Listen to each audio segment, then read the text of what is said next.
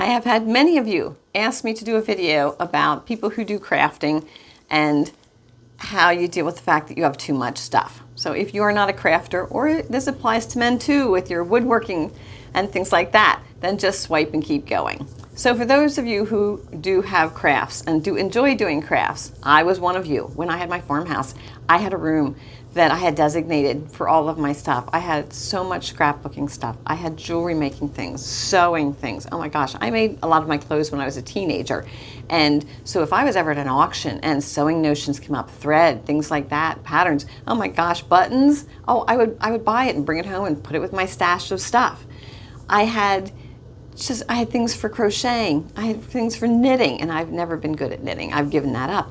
I had needlepoint projects that I had never finished. So I had a room stuffed full of all kinds of stuff, and yet I still would see things and I would buy more stuff.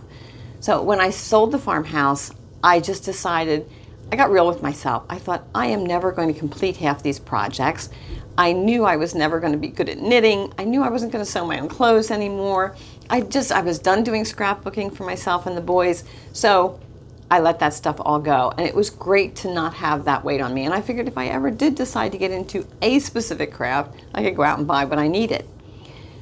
So first of all, how do you deal with this? I can tell you that 2 of the hoarder houses I did had an abundance of fabric, sewing notions, yarn, all of that stuff. I mean, a lot of it.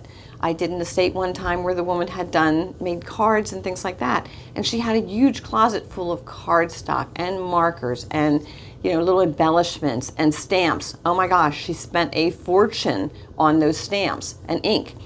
So the problem is when we get into crafts and stuff is, yes, we enjoy doing the project, but we love finding the stuff.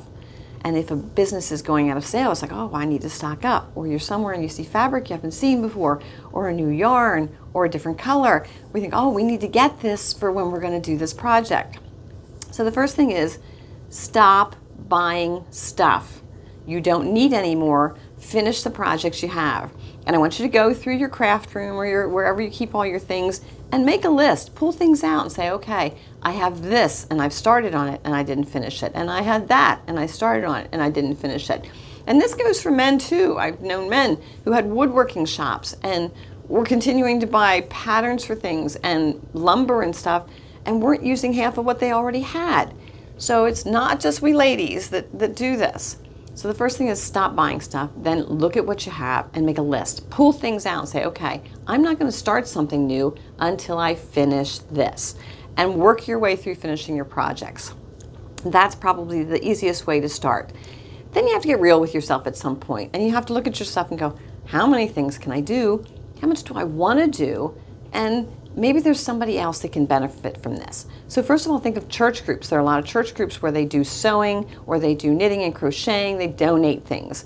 So can you take some of the notions and things or the yarn that you have and donate that to a church group or a social group or even a retirement home where they can use it and share it with somebody else?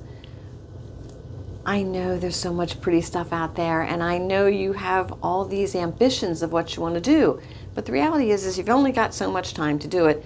And if you are just continuing to add to your stock, it becomes overwhelming and it becomes a weight. I know when I finally decided to let everything go, it was such a weight off my shoulders. It was like I knew I wasn't going to get to some of that stuff. Why was I holding on to it? So when I let it all go, it was like, whew, this is awesome. So that's your advice for how to stop, kind of compiling all this and gathering all of it and being overwhelmed with it.